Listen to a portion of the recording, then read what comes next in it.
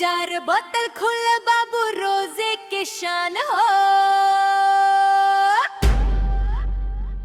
ना कोई टोके रोके बाबू पूरा तूफान हो।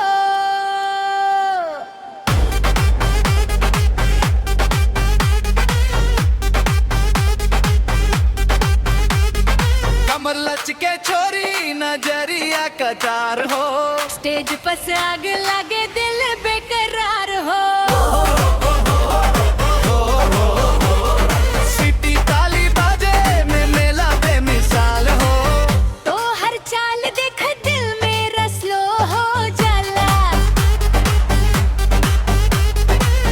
लाली लिपस्टिक में करंट फुल हो जाला।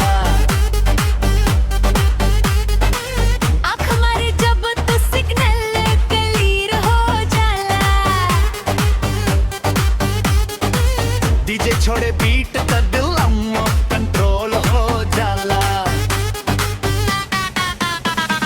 काजल वाला नजरिया घायल कर देला, ठुमका पड़ते ही बाबू पागल बन देला।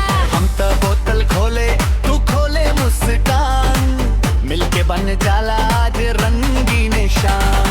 काजल वाला नजरिया घायल कर देला, ठुमका पड़ते ही बाबू पागल बन देला। हम तो बोतल खोले तू खोले मुस्कान। मिलके बन जाला आज रंगीन शाम।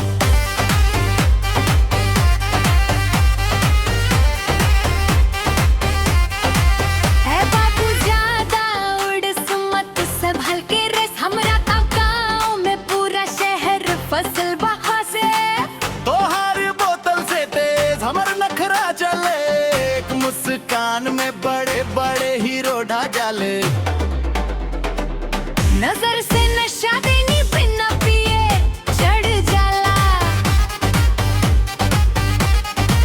हम ठुमका हिलाई त डीजे भी शर्मा जाला। दिल चाहत लाइन में आ सब बन के बोल, वरना क्वीन के आगे टूट जाए तो हर पोल। काजल वाला नजरिया घायल कर देला, ठुमका पड़ते ही बाबू पागल बन देला।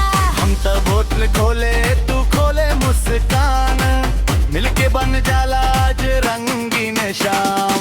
चार बोतल खुले बाबू रोजे के काम हो, छोरी के ठुमका में फसल हर इंसान हो। चार बोतल खुले बाबू रोजे के शान हो। ऑर्केस्ट्रा बजे